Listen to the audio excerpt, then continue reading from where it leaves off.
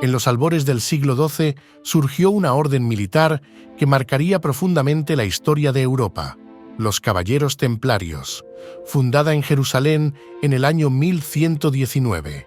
Esta orden monástica de caballeros guerreros se comprometió a proteger a los peregrinos cristianos en Tierra Santa durante las cruzadas. El Temple, la que acabó siendo la orden más rica y destacada de Europa, tuvo un origen bastante humilde. Fue formada por apenas 9 valientes caballeros que se propusieron defender a los peregrinos europeos de las tribus árabes que les robaban y asesinaban de forma sistemática en su camino a Jerusalén, que era la ciudad más sagrada para judíos, cristianos y musulmanes. En las páginas de la historia quedaron grabados para siempre los nombres de los 2 cabecillas de este grupo, Hugo de Payens y Godofredo de Saint-Adhemar. En aquel entonces reinaba Balduino I, quien brindó una calurosa acogida a los pobres soldados de Cristo, como se hacían llamar. Pasaron 9 años en Tierra Santa, alojados en una parte del palacio que el rey les cedió, justo encima del antiguo templo de Salomón. De ahí el nombre de Caballeros del Temple. Los templarios eran reconocidos por su estricta disciplina y devoción religiosa. Al ingresar en la orden, los caballeros tomaban votos de pobreza, castidad y obediencia, renunciando a los bienes materiales y dedicándose por completo al servicio de Dios.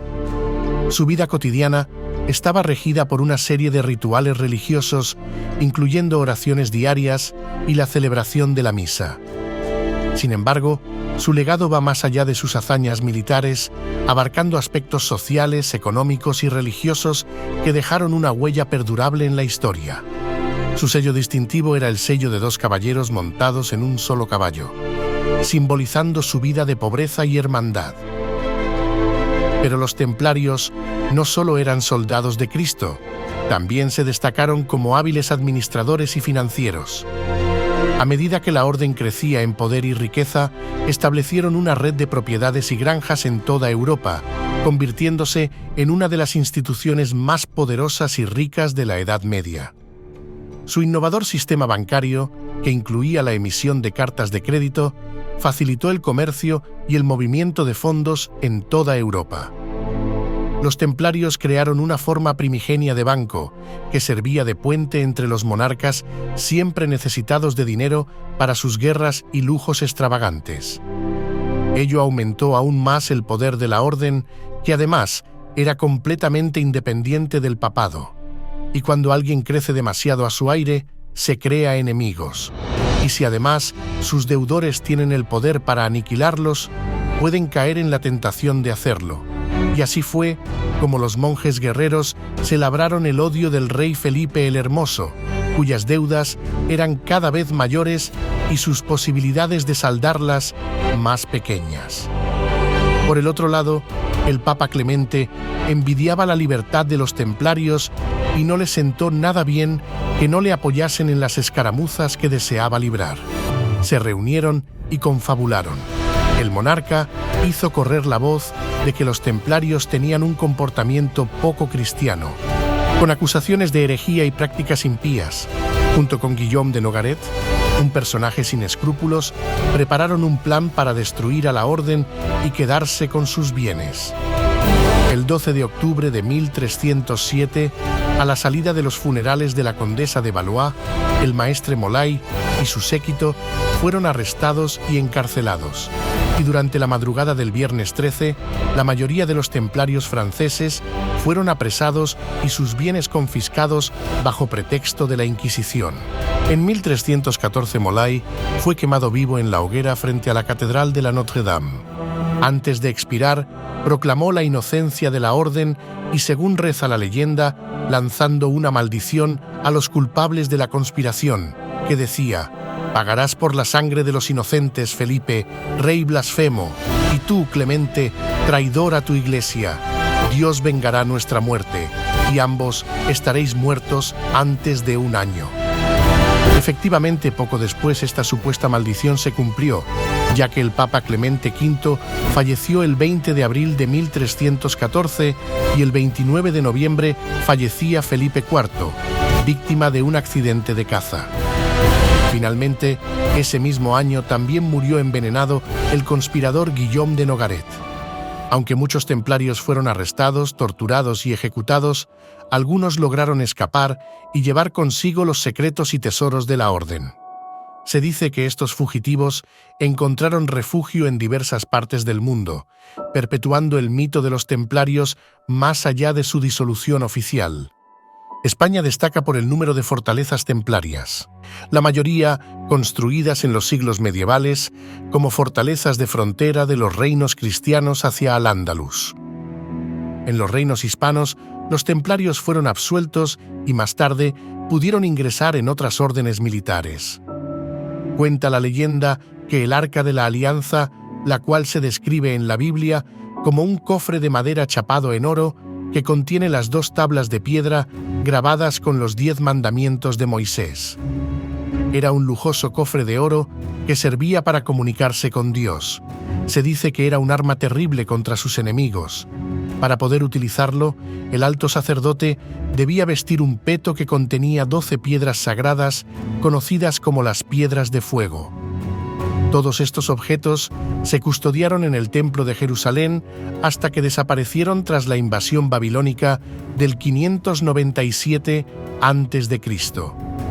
Se han descubierto en las ruinas de Petra pruebas que demostraban que los templarios encontraron en el siglo XIII el arca y las piedras de fuego, y que trasladaron los tesoros a Inglaterra huyendo de la persecución de Felipe IV de Francia.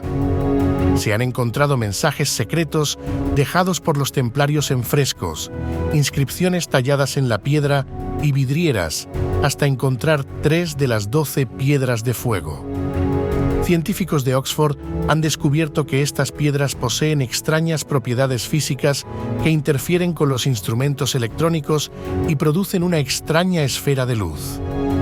En el comportamiento de los templarios se alentaba el silencio, la modestia y la obediencia. Se decía que los templarios no faltaban nunca a las plegarias y eran constantes en su devoción. En cuanto a su equipo armamentístico, la protección común del cuerpo eran las mallas de hierro y las armas eran las típicas de la caballería e infantería medievales, que incluía lanzas largas, espadas, hachas y mazos, que eran las armas que se utilizaban a caballo. Cuando se enfrentaban a pie, las dagas y espadas eran las armas elegidas. A los templarios no les gustaban las decoraciones ostentosas del equipo, así como los estribos decorados y las espuelas plateadas o doradas. Ahora bien, aceptaban las donaciones de utensilios ricos, pero no los embellecían y las desgastaban o las ocultaban.